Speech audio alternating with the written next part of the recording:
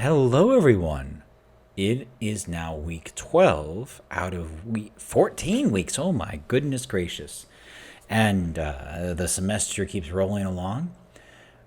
We'll see how this lecture goes. It is quite warm in my office, and we are not allowed to turn on the air conditioning. And so I have a fan going and the windows open. So hopefully the background noise doesn't get too bad, but it will still sound better than it did in the other room. So it should be okay. But it's hot. That's just how it is. It's hot.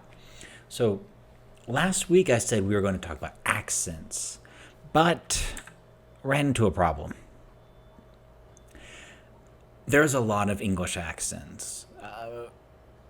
I looked online and was looking around, and they estimate 140 to 160, depending on how you count, of native-speaking English accents. So not counting what you might call second language accented. So, for example, a Korean accented English sounds different than Chinese or Japanese because of the first language having an effect on it. So not counting those, there's well over 100 of native accents, and I had lots of fun finding these very strange, well, strange is a bit too rude, but obscure and small accents, things that I never heard of, like the Hoai accent in North Carolina, which only about 150 people in the world speak. That's amazing to me, and it's completely useless to you. So I need to go back and review and rebuild and maybe think of a different way of presenting accents. And it might be an individual task where I give you something to work on. Because otherwise I'll just go crazy and we'll look at every single accent and the different kinds of accents you find within a single city. And so it's a bit much. Okay. So instead, we're going to finish our course book which is ending on metaphors. And so for the remaining lectures, we'll need to make do because we don't have any presentation classes where you're presenting. So we have less material prepared than I was expecting. So we'll need to adjust accordingly. But it should be just fine. Metaphors are incredibly popular to use in English, as they are in a lot of languages. And while on the face value of it, on the face of it, metaphors are simple, using them correctly or understanding the second or third meanings of them can be difficult to master.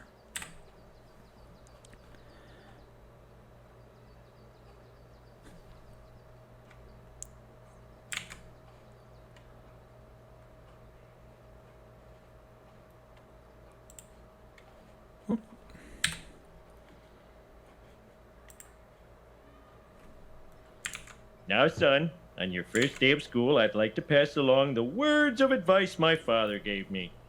Homer, you're dumb as a mule and twice as ugly. If a strange man offers you a ride, I say take it. Lousy traumatic childhood. All right. I'm too hot to edit today, so you're just going to have to see all the behind-the-scene things of OBS. Now, Homer's dad said, You're as dumb as a mule and twice as ugly. So a mule, as you recall, is it's the baby, the offspring of a horse and a donkey. So if you're as dumb as this animal, you're not smart, and twice as ugly, it's an insult. So this is Homer as dumb as a mule? No, not really, but that's what the metaphor is. It's exaggeration for the artistic point. So a metaphor takes an object or action or something and compares it with something familiar yet unrelated. So comparison in metaphor is always non-literal, as in it's not actually, Homer Simpson is not actually as stupid as a mule, as a farm animal, but he is stupid.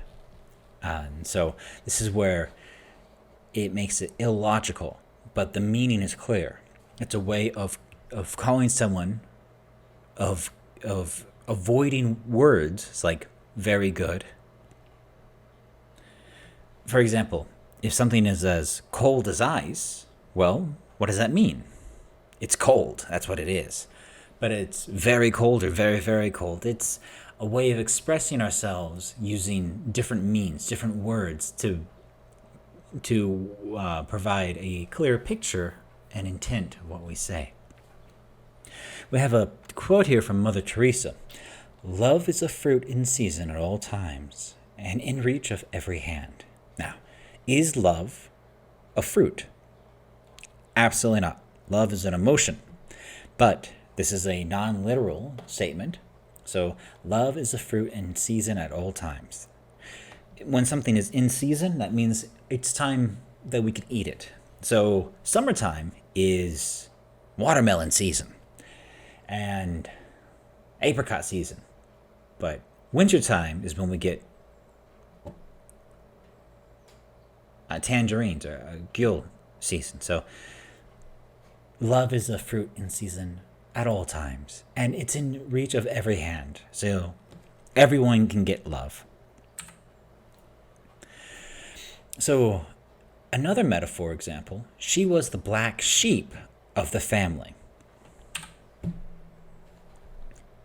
Sheep, most often, are white. But here, got a black sheep. So we talk about a person being a black sheep of the family, of the group. It means they're very different from the rest of the family. They do things very differently. So it can be a negative thing. It's the one kid who gets in trouble a lot. Or it could be a positive thing in that, or a more neutral meaning in that they just do things differently. They stand out. She might be the artist in the family where everybody else has no artistic skill. So when someone is a black sheep of the group, that means they stand out very apparently from everyone else. So today we're going to look at 4 different types of metaphors. And the first one, a common metaphor, and it has lots of different words. Common metaphor, direct metaphors, primary metaphors, conventional metaphors. These are the easiest to understand, easiest to recognize. So these are comparisons with a link can easily be made and understood. So, for example, he was a fish out of water at his new school. So imagine in your head a fish. Where do fishes live? Right, all the fishies, they live in water. They don't do well out of water. They're out of place. It's not their natural environment. If you take a fish out of water, how does the fish act? It acts panically. It doesn't want to be there. So if you're fish out of water at a new school or anything, it means you're very out of place. And quite literally, we can see here the fish, it's out of water. It's in trouble. So when we say a fish out of water, it means in a new and difficult situation. It doesn't mean you're going to die, but it means you're in a new and difficult situation. If you were to move to Kazakhstan tomorrow, you would be a fish out of water. And just because you probably don't speak Kazakh or Russian and all those wonderful things. And so it'd be a very new environment where you're very unfamiliar with things. The second type are implied metaphors. These are a little more complicated. Implied metaphors require us to use our imagination. We have to make a connection. They don't make the direct comparison. They imply it. So we see it. The first example, she was a dog with a bone. This one is easy to understand. This is a direct, common metaphor. You ever seen a dog? Yes. See a dog with a bone? Yeah, maybe. Dogs like bones. They like to chew on them. They like to carry them around. They're very happy. The second is an example of an implied metaphor. She tucked her tail between her legs and ran away. My goodness gracious. And ran away. So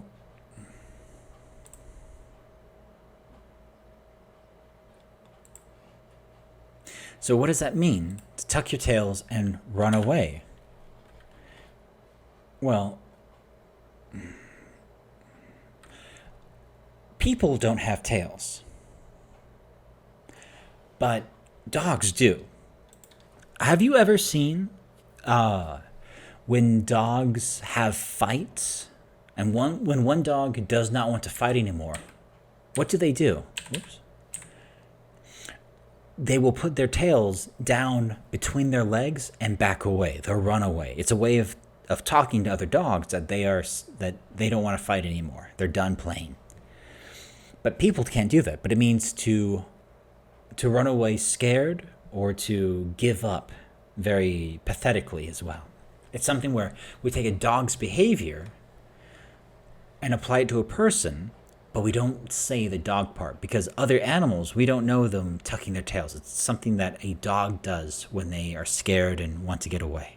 So implied metaphors are a bit more complicated, and this is where a lot of non-native speakers have trouble, because it requires a lot more connections to make, a lot more knowledge, a lot more background cultural knowledge to happen as well. Extended metaphors are poetic.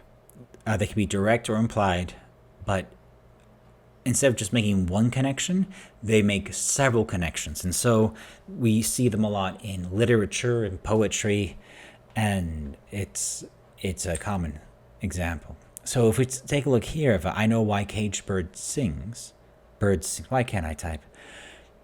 by Maya Angelou.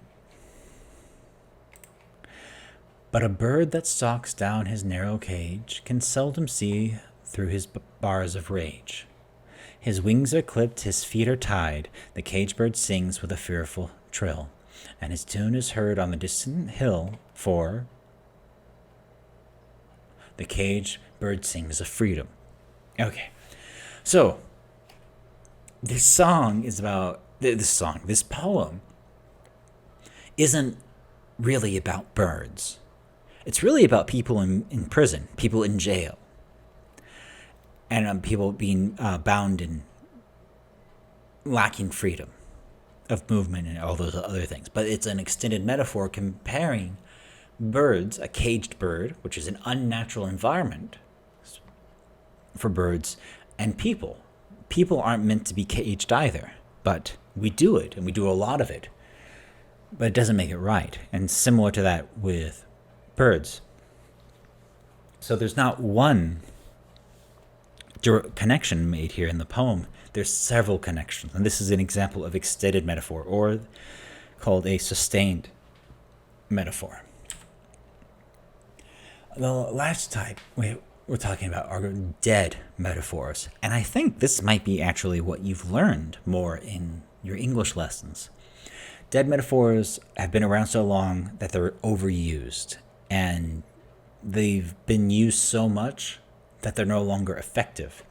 Phrases like, "It's raining cats and dogs." Everybody knows what it means, but nobody says it anymore. It's so overused that everyone stopped using it. And like, "You are the light of my life." We don't say it anymore. If somebody said that to me, I wouldn't believe them.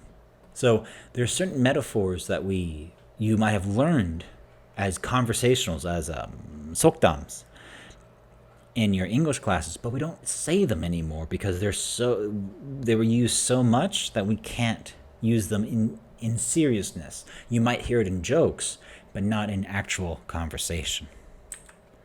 Oh, excuse me. And fifth, mixed metaphors are when we use two or more inconsistent metaphors and get jumbled together. So these are two metaphors jammed together, and they often don't make sense. We can use them, but it can be confusing. The one example we have is, "I can see the carrot at the end of the tunnel." So at the end of the tunnel means the light at the end of the tunnel. And the carrot is usually the prize, like the carrot and the stick.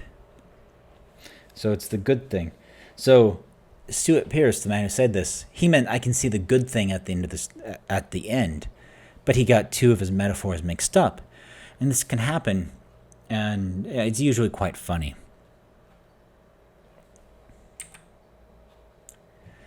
I have no memory today. Now, it's too hot. Sensory metaphors. These are using our sights and our senses, rather. So sight, sound, smell, taste, or touch. These are very easy to understand because we use them all the time. His voice was silky smooth. Her smile lit up the room. The chicken tasted like fire. Does the chicken actually taste like fire? No. Fire doesn't taste good at all. And does her smile light up the room? Does light come out of her mouth? No, not at all. Not really. But we understand the meaning of it. It's a metaphor. And his voice was silky smooth. Well, silk is smooth, yes, but can you feel a voice in usual context? Not really, no. But we use sensory metaphors a lot. Okay, everyone. This is a very short, overly short, so I will need to find additional materials for us to to stretch our legs. Metaphors are very, very commonly used. You have complete freedom with them.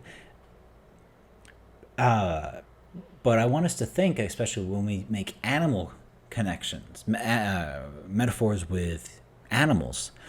Some animals we associate with being smart. Not in literal sense, but in the traditional sense.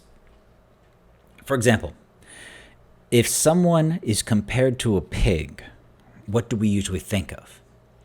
That person eats too much, they're fat, things like it's negative. But pigs are also very smart. So if we say, he is as smart as a pig, is that a nice thing to say? Pigs are intelligent, but because pigs are dirty, fat food monster animals, it's not actually a nice thing to say. But smart like a fox, that's more polite. Foxes are supposed to be clever. So sometimes with metaphors, we need to be aware, even if the subject, the metaphorical subject is actually a good thing, we need to be careful of how we use it, because otherwise it might be offensive or rude. One example comes to mind is that we were during one class years ago. One girl, she said, "Teacher, you're like my dog." Now, what she meant was that her dog was very fun and funny to be around, and that's great. But that's what came out, and you should never compare a human with a dog. It's offensive on so many levels. There's lots of curse words associated with it. But a dog has lots of very positive qualities. But even then, we avoid using metaphors, positive metaphors, with dogs because of cultural taboos. So this week is very, very short. I'll find some more material for you to review so we can have something a bit more stimulating. But it's really hot in here, and I'm sweating profusely on the microphone, so I need to stop. And hopefully, over the next few weeks, I'll be able to get some small projects for you. Nothing big, but to exercise your mind a little bit more, and we can keep that up. Okay. Hopefully, you're staying safe and everything's okay.